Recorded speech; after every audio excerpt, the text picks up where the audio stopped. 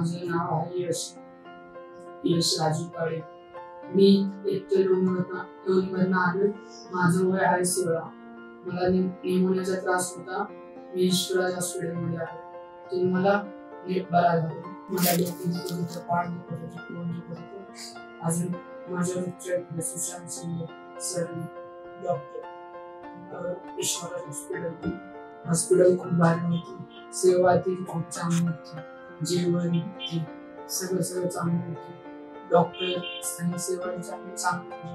मावशी मामा सगळ्यांनी सेवा चांगली होती. याबद्दल मी त्यांचे आभार